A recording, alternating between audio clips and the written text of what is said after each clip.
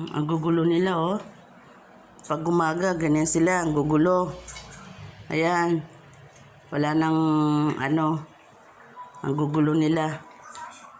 Ayan, yung hari. Kumakain. Ayan yung queen. Nakaupo sa lamesa. Ayan. Ayan ang makulit. Lahat na. Ayan na sila. Kukulit nila. Ayun yung nireregla, nakakulong.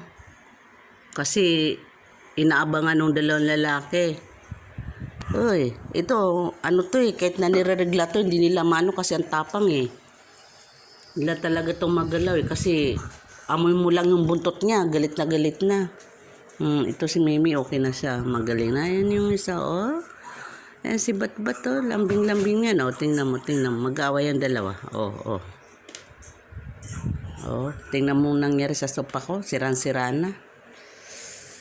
O, diba? Kaya nga, ang ganda pag may alagang pusa. Kung gusto mo masira lahat ang gamit mo, mag-alaga ka ng pusa. O, ayan, oh. Nakatingin lang siya, oh. Kasi yan ang mahilig dyan manira, eh.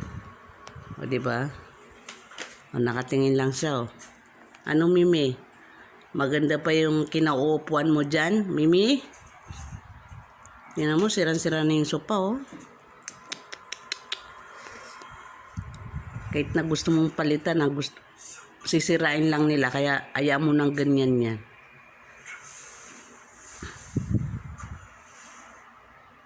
Oy, Mimi, anong ginagawa mo, Mimi? Ha?